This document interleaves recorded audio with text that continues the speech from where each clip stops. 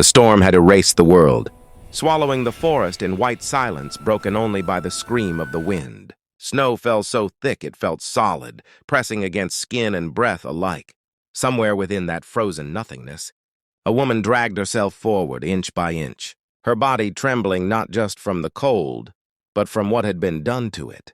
Her name was Alara, though it floated in and out of her thoughts like a half-forgotten dream.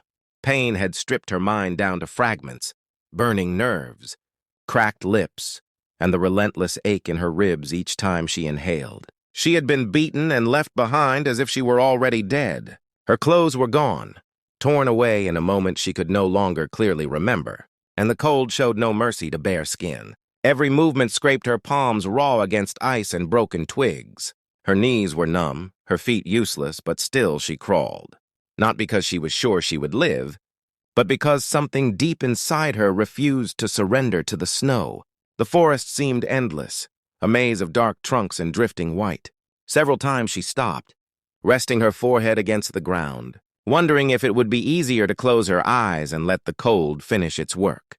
Each time another memory surfaced, a voice, a laugh, a version of herself that had once believed the world could be kind. That memory pushed her forward again. Then she saw it. At first it looked like another cruel illusion, a shape formed by exhaustion and fading vision, but the shape sharpened as she drew closer. A cabin stood among the trees, solid and real, its roof heavy with snow. A thin ribbon of smoke curled from the chimney, and behind a small window, a weak golden light flickered. Warmth existed here. Life existed here. Ilara summoned the last of her strength and crawled toward the wooden steps. Her body shook violently now, muscles betraying her, vision narrowing. When she reached the door, she lifted her hand and knocked once, so faint it was almost nothing. Then her arm fell and she collapsed against the threshold. The door opened. Boots appeared first, then a man's silhouette filling the doorway. He froze, taking in the sight before him. The broken woman at his feet, blue-lipped, shaking, barely conscious. The wind howled behind her, demanding her back. For a long, silent moment he stood there. Then he knelt, shrugged off his coat, and wrapped it around her fragile body. Carefully, as if she might shatter, he lifted her into his arms and stepped back into the warmth, closing the door against the storm. Ilara woke to warmth so unfamiliar it startled her. For a moment she thought she was still dying, that this softness was only the body's final trick before darkness. Her eyes flew open and she gasped, her chest tightening as panic surged through her. The ceiling above her was wooden, not sky. A fire crackled nearby. The air smelled of pine, smoke, and something rich and savory. She tried to sit up, but pain flared sharply along her ribs and spine, forcing a cry from her throat. "Easy," a calm voice said from across the room. She turned her head and saw the man who had opened the door. He stood near the hearth, keeping his distance, his posture relaxed but watchful. He was tall, broad-shouldered, with a beard dusted in gray and eyes that held neither hunger nor pity, only steady concern.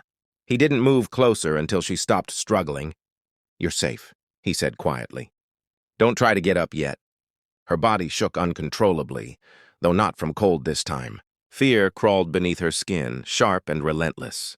She clutched the blankets around her, realizing she was clothed in a loose shirt and soft trousers, clean and warm. Confusion and shame tangled in her chest. "Where?" Her voice came out hoarse, barely sound at all. "My cabin," he replied. "Name's Rowan." He told her little more, and she found that she was grateful for that. He brought her water first, holding the cup while she drank so her trembling hands wouldn't spill it. Later came broth, spooned slowly, patiently, as though time itself had slowed to match her fragile state. When he cleaned her wounds, he warned her before every touch, his movements careful, his eyes fixed firmly on the task rather than her body. Sleep claimed her often, deep and heavy. When she woke, the fire was always burning, the cabin always quiet. Rowan never crowded her space. He slept on a chair near the door, not the bed, rising early to tend the fire or step outside to chop wood. Each time she woke, something new had appeared beside her, clean bandages, warm socks, folded clothes left at a respectful distance. Days blurred together.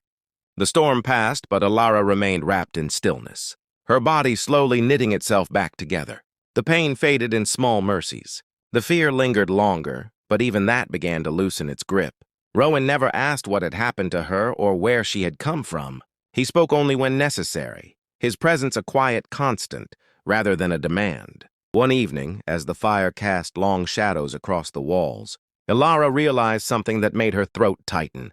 For the first time since the world had turned cruel, she was not bracing for the next blow. In this small cabin, surrounded by silence and warmth, she was allowed to exist without being afraid. Spring did not arrive all at once.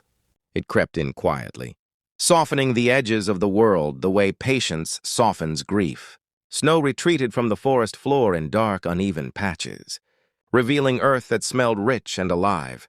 Ilara noticed the change from the cabin window first, standing on legs that were finally strong enough to hold her. The woman who had once crawled through the snow now breathed steadily, her body still marked but no longer broken. She moved through the cabin with growing confidence, learning its rhythms as if they were her own. Mornings began with the crackle of the fire and the hiss of the kettle. She helped where she could, mending a torn sleeve, wiping the table, planting seeds in the narrow strip of ground that thawed first. Rowan never treated her help as obligation. When she worked, it was because she chose to, and that choice mattered more than the task itself. Their conversations remained simple. Sometimes they spoke of the weather, sometimes of books Rowan had read long ago, sometimes of nothing at all.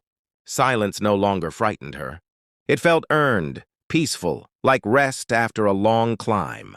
Rowan watched her carefully, not as a guard, but as someone who understood how easily healing could be undone by pressure. One morning, as birdsong filtered through the trees for the first time in months, Rowan mentioned the road beyond the forest. He said it without weight or expectation, only as a fact. The snow had melted enough for travel. If she wished to leave, she could. The world was open again. Ilara considered his words longer than she expected. She thought of towns and faces and the life she had once known, a life that had not protected her when it mattered most. She also thought of the cabin, the warmth she had rebuilt piece by piece, and the quiet respect that had given her space to breathe. For the first time, the decision felt like hers alone. "I know," she said softly, "and I'm grateful." Rowan nodded, accepting her answer without asking what it meant. That acceptance settled something deep inside her. She realized then that being cared for had never made her small here. It had given her room to grow. As the days grew longer, Ilara began to laugh again, the sound surprising her every time.